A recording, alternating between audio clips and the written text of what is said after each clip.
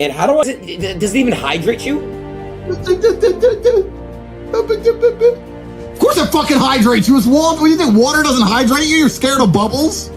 Scared of bubbles? Drinking fucking soy? But you can't. Wondering why you have no motivation to do a single fucking push-up at 21 years old when you have unlimited money and all the time on Earth?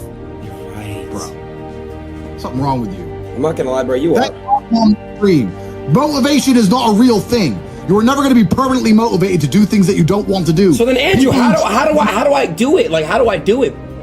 People who train every day don't want to train every day. They are not motivated to train every day. They are something else. Motivation is the wrong word. They are not motivated. They are disciplined. Andrew, Disciplined. are there ever days where you don't feel like working out or you don't feel like doing work? Every fucking day, I don't feel like doing things that I still do. It's called discipline. It's called being a man. It's not about feeling like doing it. If you only do things you feel like doing, you know what you end up doing? What? You end up sitting around with a belly, drinking soya fucking latte bullshit. That's what you end up doing if you only do what you feel like doing. You have to wake up and say, I don't feel like training, but I must train. I will only drink water. You need to do what you're supposed to do, not what you feel like fucking doing. Okay. That's the difference between a man and a fucking child. You do not become a man doing what you feel like doing. You become a man doing what you're supposed to fucking do. The men on the Titanic didn't feel like dying that day. It's your duty. No. It is your duty to not be a fat piece of shit.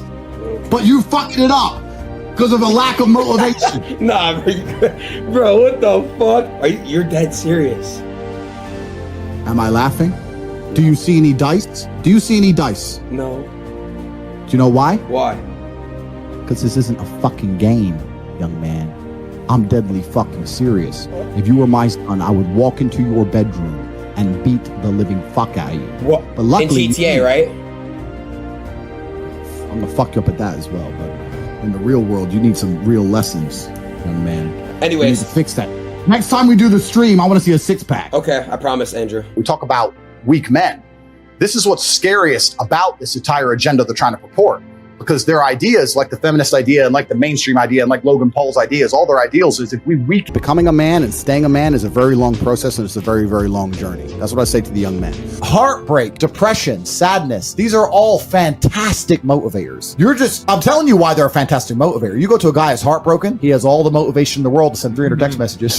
He has the motivation, he's putting it in the wrong place. That's 300 cold emails you could be sending to someone to pitch a That's business. a lot of money you could have made. Yeah. I'll tell you right now, some of the greatest accomplishments in my life have come after a heartbreak. Absolutely. Yeah. It's that fuck, I call it fuck you energy.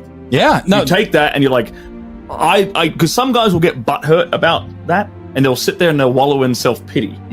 I've always thought the correct application of that energy is, okay, prove that she made a shitty mistake.